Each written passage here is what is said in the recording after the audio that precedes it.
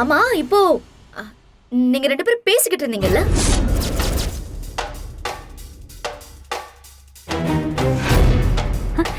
அது எப்படி 2 பேரும் பேசிட்டு இருக்க முடியும்? அவதான் இப்ப சுயநனவு இல்லாம இருக்காளே. ஆஹா, இல்லையே. எனக்கு இங்க இருந்து பேச்சு சத்தம் கேட்டுச்சே. அதுவா? அது நான் மட்டும் திவ்யா கிட்ட தனியா பேசிட்டு இருந்தேன். தனியாவா? ஆமா, உன் சித்தி ரொம்ப மோசமானவங்க. அவங்க உனக்கும் அக்காங்களுக்கும் துரோகம் பண்ண பாக்குறாங்க. இது உன் அக்காங்களுக்கு புரியல.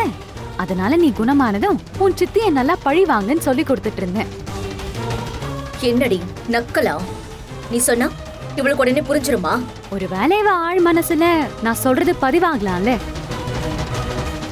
அப்படியே பதிவாகி ஃபியூச்சர்ல இவ குணமானதும் யூஸ் ஆகலாம்ல. அப்ப இவ உண்மையிலேயே உங்களை பழி வாங்கலாம்ல. ஆஹா, கிழிக்கலாம்.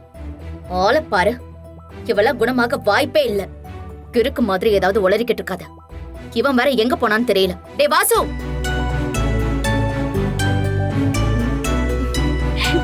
Yes.